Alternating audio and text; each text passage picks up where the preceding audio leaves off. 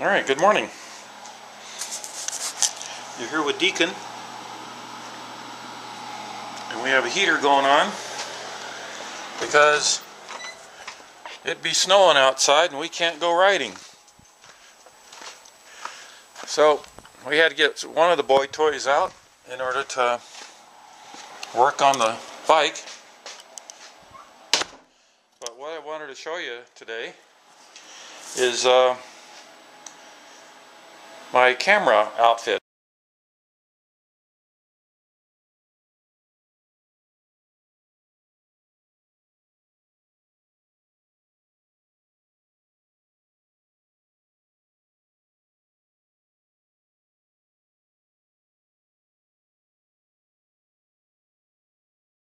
What I generally do is I purchased a bunch of these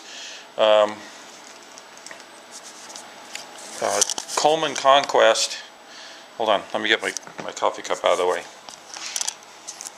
It's kind of fun if you're, hang with me because we're in the garage. We kind of have bench racing together. But this is the Coleman Conquest. It's really nice because it has a display on it, and it has two modes. It's either sport mode or car mode. The car mode records segments every minute and saves it. You ends up with hundreds of segments. The sport mode will go over 30 minutes and start recording another file. The car mode is supposed to override it so you could use it as a security thing when you're driving around. I guess that's really popular in Europe. Anyway, and on the top there's the power button. Here's this switch here tells you if you're going to go into video mode. In this particular, when the yellow switch is in the back and you press this top button, then that just takes a picture. Snap. Alright. If you put it in the front, it starts recording. Little red light starts flashing here, and you'll see right here there's a little red dot at the top, and so that makes it easy for you to tell that it's really going. But a thing I like about this is that the display is on the side, so when your buddies are looking at you and this is on your helmet, they can tell you whether or not it's recording or not. And of course he's got these other really easy buttons for moving things around. In the back is there's a little flappy thing here that you can plug your charger cord into, and also for a microphone jack right there. And if you take this other back part off, you'll see the MicroSD chip goes in here. Let me turn this thing off just by holding it down. Oop, turn it off first. Recording. Okay, there you go. Alright, so the MicroSD is sitting right here. You just kind of pop out. There you go. And I use generally a 64 gig class 10 MicroSD card. And then the battery that's in it is the same thing as the Nokia BL-5C. So you need to buy a bunch of these things because these things only last for about an hour in the Coleman, maybe an hour and a half if you get a good one. And then there's this little lever here by the little metal bar. See that? Now I put these little labels on because I tested every one of my batteries to see how long it lasted and made a log of it. And I guess this is an HDMI port. I've never used that. I've got, I don't know, about 2 weeks from now I'll have a total of 5 of these puppies. I dropped one on the concrete before and cracked the lens, or I put a chip in it. So when you got to leave it in the little enclosures that come with these things. Now what's nice about this enclosure is that you just pull down this little lever like this, open the flap, stuff this guy in it, and the little rubber in the back will hold it down. Flip that down like that, and then it comes with different mounts. And the camera had, I don't know if you notice, see through the plastic, see the 1/4 20 camera mount there is on the camera itself, so you don't you can film without having it in the waterproof enclosure. But if you're going to just keep it around just in case you happen to drop it on the concrete, you might want to leave it in here. So then on the top here, this is really the coolest thing about this. You don't even have to think about it when you're riding along. If you were to move this lever forward like this, the camera will automatically turn on. You see there's a green light up here in the top, and it'll turn red and it starts video recording. Alright, so now this camera is recording a video. And when you get done with your segment, say you want to save battery power, say you get a particularly gnarly part, or you're doing a screen crossing, you turn around to watch your friend fall, just, you know, you can then, when that's done, just reach up, push this back all the way till it clicks. Don't do a partial click like I just almost did, where it went to there. You have to see it's still running. You have to go all the way back. Otherwise you'll be just recording a lot of junk that you don't want.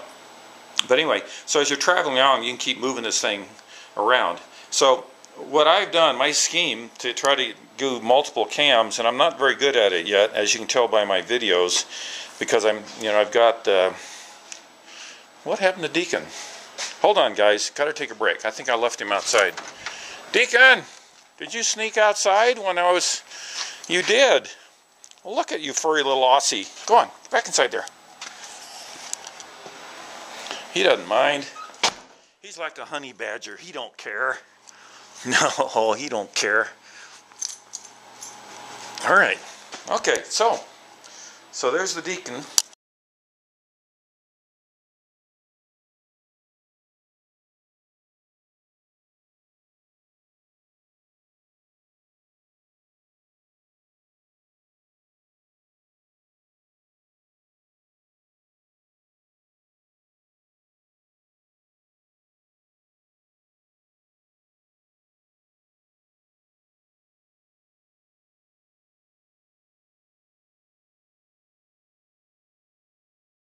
So normally you'd get yourself a helmet, like I got my a KTM helmet, and one of the bits you get is this particular mount that's got a pivot on it, and it's got some sticky tape on it, and you can unscrew this to adjust your camera mounted on there. It's got a little rubber pad.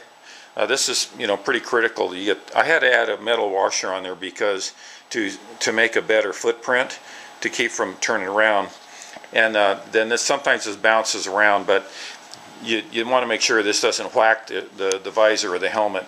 Now I put it here, and I put these two screws on there. They're sheet metal screws through the visor, and you can see them kind of poking down there. All right. Now I did that because I didn't want to.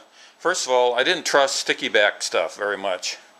And I didn't want to see the helmet in my videos. So you see so many guys, you know, they've got it back out here, you know, and they're seeing the top of their helmet while you're driving along. All right, okay, so that lets everybody know you're on a motorcycle or an ATV. But I thought it'd be better just to have more of the video. So when it's here, you know, you don't see anything. You just, you're just seeing what's going on ahead of you. So I put it here. Plus, I didn't want to, like I said, I didn't want to drill holes in the helmet to really hold it on, especially since this thing costs, I don't know what, maybe $600 to $700 for a genuine KTM helmet. So, so that's the primary camera. The next thing I was trying to do is try to find a camera that could take pictures of the dog when we're riding. So the first attempt I did, I took this same mount that you'll see here. Here, look, here's a couple of my. That's like this guy here. I screwed it onto the fender. All right. So with this screwed onto the fender, you can see the little holes in there. They're just like that. The camera was looking upwards this way, and to see Deacon's face, which is right in this area. Well, it makes a really nice shot, but at idle and over bumpy roads, this thing is just bouncing like crazy, and it wasn't very practical. It didn't make that great of videos.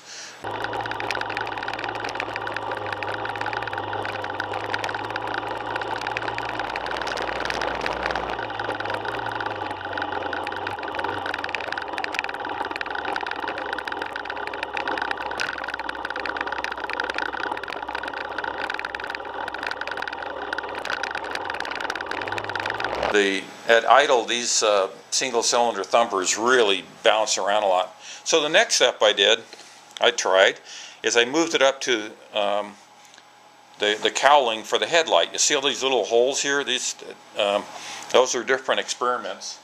And so one of the things I did here, I had an old camera mount from a security cam. I had this thing screwed on like this, right? And then the camera was attached to this little bit on a pivot, and it was mounted just like this. All right, so this worked out fairly decently, but of course you've got Deacon's nose right there. But again, it kind of bounced around a little bit and did some movement. And so to try to stiffen it up, I drilled a hole in here and I ran a tie wrap around the handlebar back down to hold that back. And I did that on both sides to help steady this. Well, on my video you'll see that when I load up a video that talks about our Tulsa adventure riding tour that was done with the vintage ISDT thing.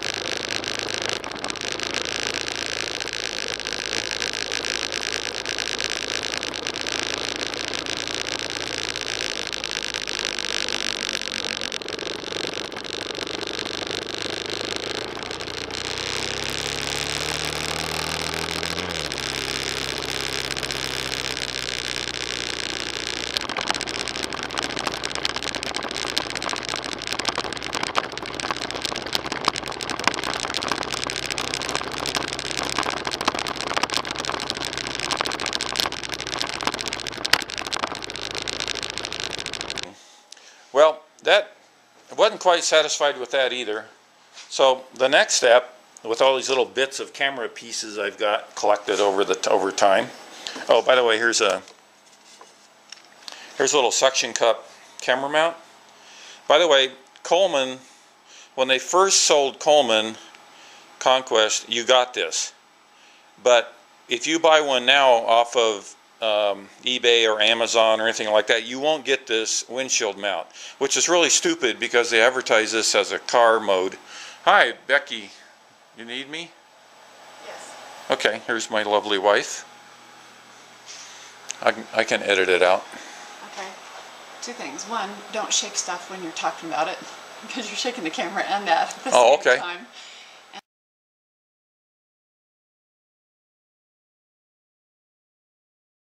Okay, we're back. I got good advice from my wife who sees me doing my antics. So anyway, my suggestion is buy the TCL camera. That's who actually makes these guys.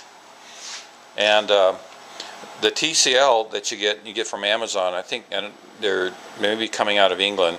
But what happened is that TCL in 2012 came out. We're selling these things, and I saw a review on TechMoan on YouTube, and so I bought one, and he said it was the best 1080p camera under 100 pounds, which is a little less than $200 in America. It was 180 bucks.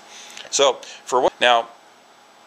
The other, but then Coleman decides to pick it up and brand it with their name on it. You can't see the name because they've got a little label on here that tells if I lose the thing that somebody can tell me who it belongs to. But it says Conquest on it. But TCL does ship more mounts. They have a handlebar mount, and they got this mount. They have the little mount I was showing you here. all right, for mounting on your helmet with sticky stuff. And there was some other stuff, I couldn't remember, but you could put this on the side of your helmet too. See, like this.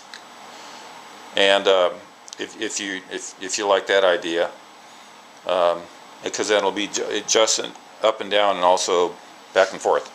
So those are the mounts. Now back to Deacon cam. What I came up with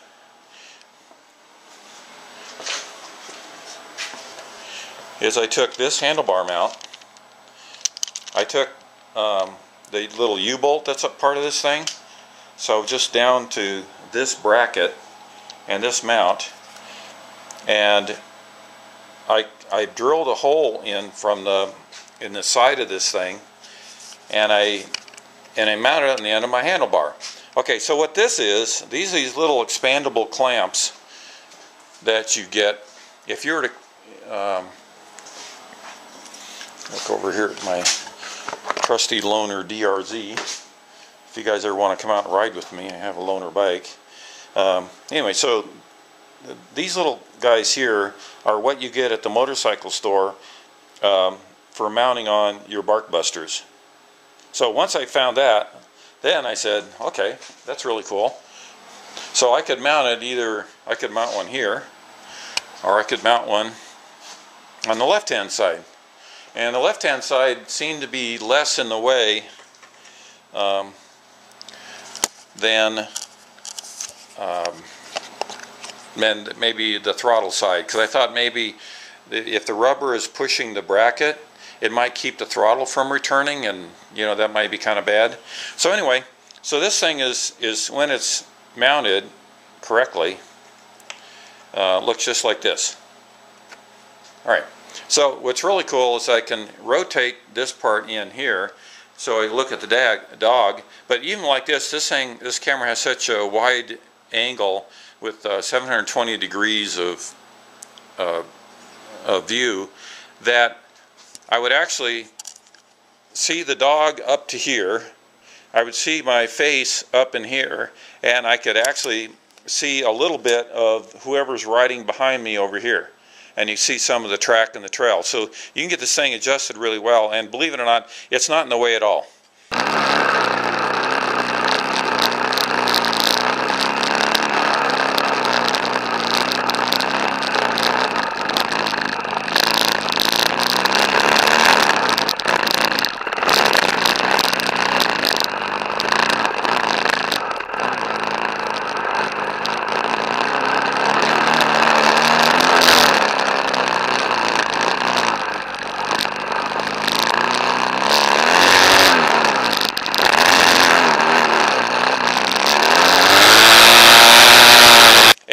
And it's very steady. Now the only problem is, you see all this mud?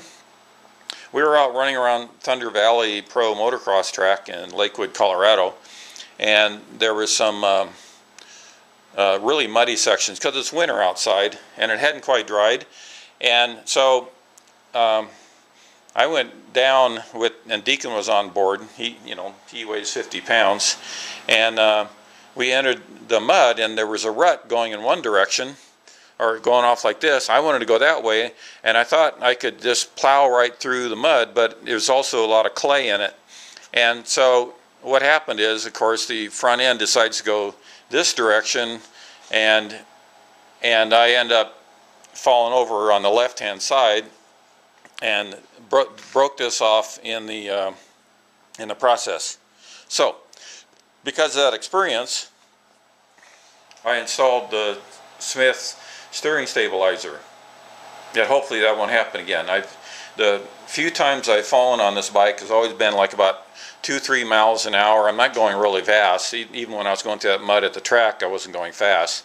And that was my problem. I should have been going faster to blast through it. But anyway, so that's why I bought that, to keep the thing from turning out when I hit something. So this is what I mount that. So in essence, what we're going to have to do to fix this, I'll take one of my new mounts that came in with the camera. All right, and we just get rid of this guy. And I'm thinking nowadays, I'm an old flat tracker. So I have a tendency to go left anywhere I go, or I like to go left if I'm gonna, on dirt roads, want to slide around a little bit, but I won't even try it going to the right generally. So I noticed that every time I've ever fallen down, unless I'm high siding, and of course the high siding is also a cause of going left, you know, my bike always ends up on its left side. So having this on the clutch side for me may not be a very practical thing, but if you don't have a tendency to fall down, then having this over there is a good idea. Alright, so now we're down to this particular part. Has a little adjustment. And so what happened, or all you got to do is you take the, now you've got the U-bolt off. Let me fix this guy. I have to unscrew the damaged part. There we go. And it's a nice expandable one. You get these for different kind of handlebars if you get a kit of them at the local store, motorcycle shop. Alright, so the idea is, now you got this piece off, we want to mount it here, right? And we can use the existing hole right here. Now, I use that hole because I thought it would get it up above my hand, and so you can see we're gripping it. It's really not much in the way. So, but you can also mount it down here. But now your hand is going to rub. Your hand is going to rub in this particular area, and then you also it's kind of blocking it. So it's kind of nice to get it up and out a little bit. And I think this is still the best solution I've come up with so far. The handlebar mount, okay, I'd be right. I wouldn't even be able to see the dog because his nose is going to be up in this area. And so this one seems to be the best way. And I could do one on both sides, but the thing I like about this is I can watch the rest of my posse, behind me, as they're coming up and whatever. And I could, and if they're going to drive along the side here, on side, we can actually be driving along together, and I can see me, the dog, and my buddies over there on that side. So the only thing we have to do here then is I got to drill this thing out, right, for the to match the bolt. So we'll come over here.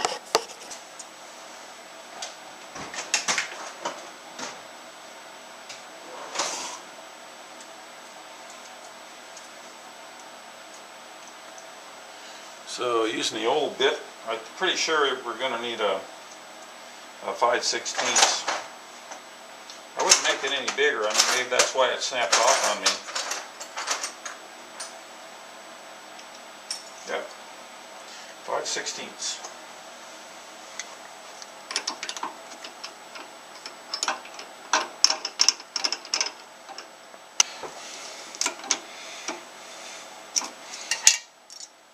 But it doesn't make much sense to.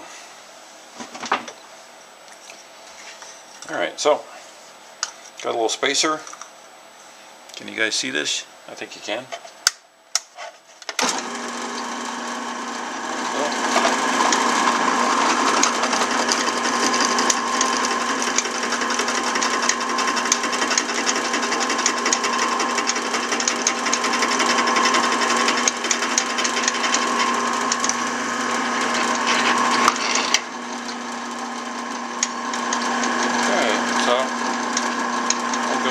Like that. Alright, so that part's cool. And rather than weakening anything else, because where this broke actually wasn't where I drilled it.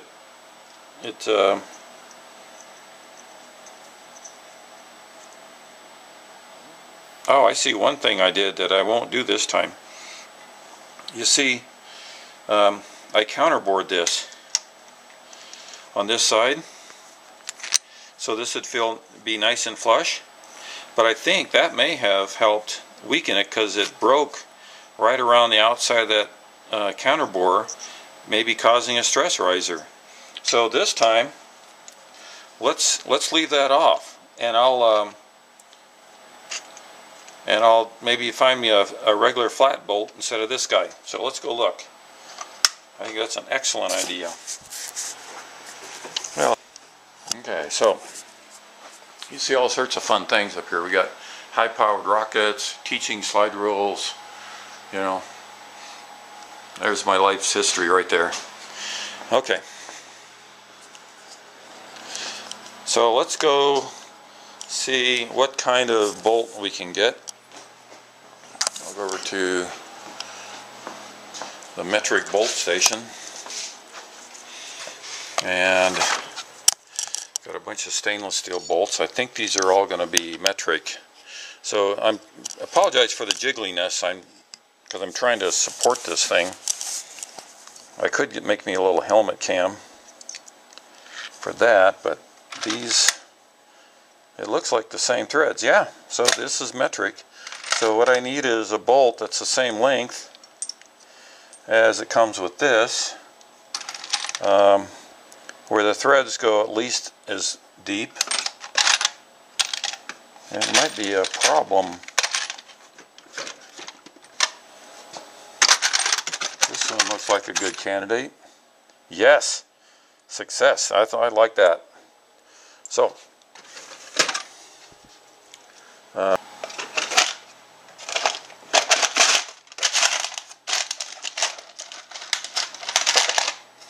hold on, I did find a spring.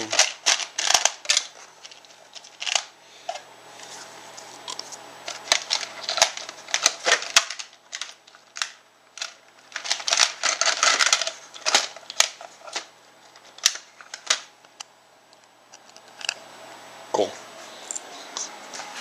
All right.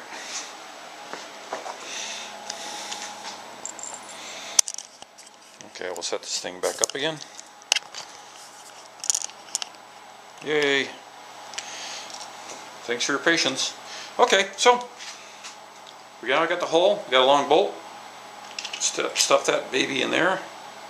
And at least, see, it's got the handlebar thing. I'm putting that to the inside because I thought maybe my finger might want to ride in there. So, and then we got the little expanding part. Goes like this. All right, get that somewhat down there. Then put this in here like this. And then you just tighten this guy down. And it catches on the inside, hopefully. So let me get a 15mm wrench.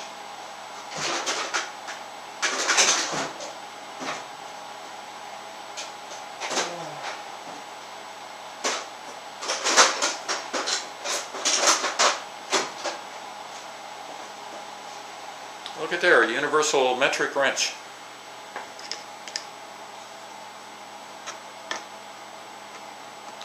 And I guess also too, if you didn't tighten this down all the way, it had less tendency to want to break on you. But now with the it's just like this, we haven't weakened it by doing the counter bore, so I'm feeling better about this now.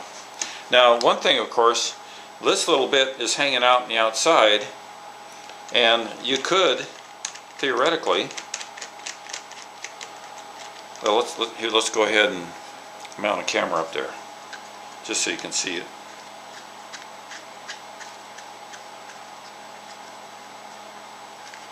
There you go. That is just so sexy. So now I think when this thing fell over, you know, maybe this hit, causing more stress, or maybe just a compression in this way. I don't know. You'd think this would just kind of bend out that way too, to not break there. But I think it's because I messed up all the ribbing and everything by doing the counter bore here, and I got rid of that. So I think we'll try it just the way it is. Because one thing, if you take this off, you can also, you could flip it around. Well, it's got a little square thing here. No, it doesn't like that. so we'll leave it alone. It's nice having this big knurled nut, although I did have one break on me another time, so I've got a plethora of these things, because this little mount will not only come with the mount, this one, but once you take the U-bolt, you now have these little spare handles. And I've had this thing crack here before, you know, which means I've got a lot of throwaway parts going on, you know, a lot of this stuff. So I still, now that I have this, the Deacon cam is back in order, and actually there's a whole lot less vibration up here, and I think you'll really like it. But you do, if you don't get this part steadied, you might see some vibration. I'm getting a 690, and those things, I guess, are really smooth because they have really good counterbalance on them, and so I'm expecting that that's going to look really good on it. But I do want to get myself, go back over here, see these little washers. Whoops. There's another broken mount. I kind of like that. So if you get yourself a whole mess of mounts, and just you can practice with it. So what I'm doing, I'm creating this bigger platform here by having the washer, and that'll help pushing that rubber better, and I think it'll keep it from doing this wobbly stuff somewhat. I'm actually thinking that the thumb wheel sometimes get loose. You almost kind of need a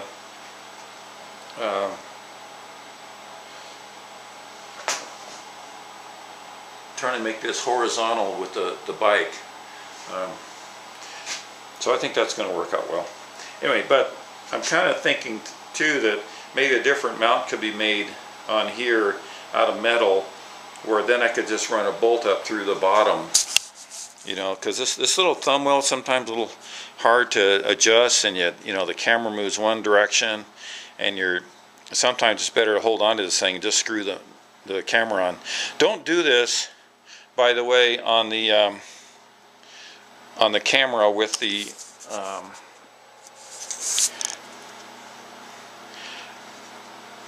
what am I saying, by going to the mount that's actually on the camera, not on the waterproof case, because I tried that. I was adjusted too much and it just spun the thing right out of there. So in some ways it's a little bit fragile, but I still like them. I think this way I can populate, because I can now actually I can get another mount, right? We could put it over here. This one I could have aimed directly to the back to my posse, have that one over there on the left side, going for me and the dog, and then of course I got the helmet cam for the view of where we're riding off into the hinterlands with. And then you get this tripod mount, which is, by the way, what I'm holding in my left hand, as you're seeing in my right hand, that I keep inside my bag, that I'm going to I talk like I've done this forever, but inside my bag in here, this thing folds up just nice, and I can stuff it in there and zip it up. So that camera is ready to just whip out, set alongside the road, right? Just like this guy here.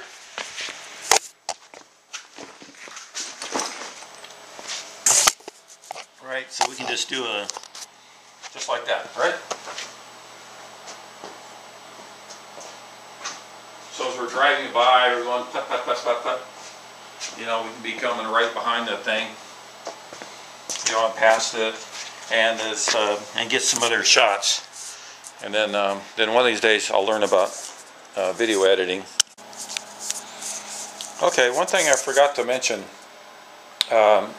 If you're trying to get good videos too, you might want to, one of the reasons I've got the extra cameras is I could hand one of these things to my friend. So using this additional mount that TCL comes with, like here's the lens, or the waterproof mount on the they call it like a bicycle helmet. It's supposed to go through the grooves, a bicycle helmet stuff type mount. You take the straps off and it just looks like this. Alright, so another thing you could do is loan it to a friend. They can mount on his helmet wherever he wants to do it, and then he's always got one of these on there. And that's what happened with one of my friends. He's got a mount on his helmet right now, and I can just hand him a camera, and then or maybe one of these days, you know, everybody else will have one. So the other part you can do is you can mount this on the rear, so you can kind of be facing backwards, and you get shots that way. But I would suggest you try to slide this as far forward as you can, because when this thing is moving, there's a lot more transition going on here as far as the vibration as there would be, you know, see, because there's a lot more movement here than there would be back there. So the closer you get to the front, the less the vertical motion you're going to get as far as vibration. Another thing you might want to consider is take the same mount, you know, and I'll use this one as an example. You could actually mount this right here in your forks, and you know, you could even mount it down here, because if I move this with my elbow, you'll see it actually misses the cowling. So that might be a good alternative to try if you want to get something off your helmet and always looking forward, and get the wheel in there. Especially if you get it down here lower, you can watch a lot of the movement of the wheel, and you'll get an idea better of how rough the terrain is. Down here would be even better, but of course on an upside down shock, this part is moving up the shock, so we don't plan on going over any triples or anything, so I probably never see anything that's more, say, above here. So I would feel pretty safe mounting this here. Now the best way to mount that so it's tight, okay, here it is without it. It does have, they come with extra sticky tabs, at least on the TCL. I don't know on the Coleman anymore. Is you see the two slots here? I'll run some tie wraps through there that look, and let me pull this out. So this is going to look something like this. All right, you can either way. And then run tie wraps through the grooves around that. You know, put a couple of them. You know, lots of them to really hold it nice and tight, and with a little bit of sticky tape to keep it from rotating over, or maybe some rubber or something like that. But I think I'd like to put one on there the next time we go riding. Okay, I mounted this Coleman waterproof case, also a TCL camera, on my fork, just to see what it looks like using some tie wraps. Now, you're going to have to put some sticky back here to hold it on tight and to hold it in place. The downside to this, because the way this mount is working, well, two things. You can't be going over any triples, right? This the slider will go over the top of your upside down forks and would hit this. But if you're just driving down the road, it's fine. But you'll see right here, it's kind of aiming upwards. So you have to work on rotating this thing around a little bit so you can actually get some vertical movement. And if you were to mount it such that it was like this, right, then you can make it vertical, or horizontal, but then you're flipped over your video. But with it like this, just as an idea, still need to work on it. You can go ahead and rotate it all the way over, and it doesn't strike the radiators or anything. Any higher, you will hit the radiator, and then of course that'll move everything else. So this is an interesting location that I need to work on. Maybe there's a better mount. If you do it up here, I tried that, and definitely you're whacking the radiator in here. So that's about as high as you can get it up. All right. And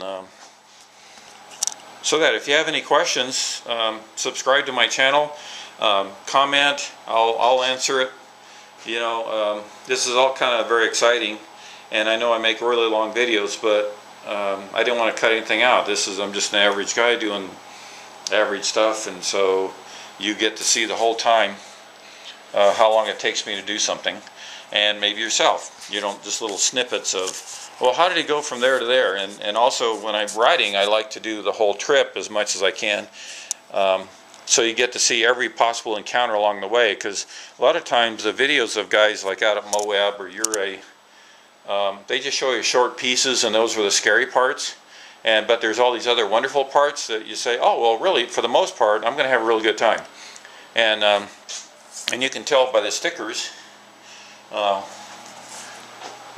where I've been on this bike so far. We haven't made it to Moab yet, but on the Suzuki, we went to all these are all the Uray passes. Here's Moab trails that we've been. More of them over here. Right?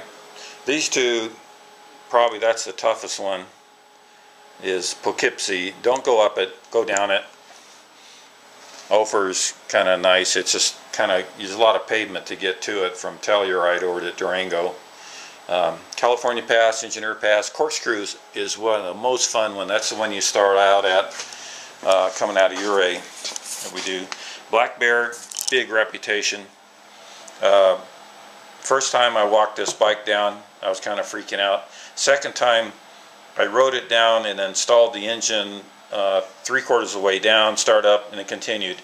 The third time I went down it, I rode it all the way, and I didn't even know it was there. Because it came up so fast, I was already up on my feet and riding, and so keep trying. You know, if you're not having any trouble on these things, then it's not an adventure, right? I hope you enjoyed all these little videos and knick-knack things that we're doing. Deacon appreciates you. Right, Deacon? So, go on outside. Let's go. And again, the reason we're not riding, we got snow. Alright, but it stopped. Good. And melting. That's what's the nice thing about Colorado. Okay, Deke. Welcome to the man cave.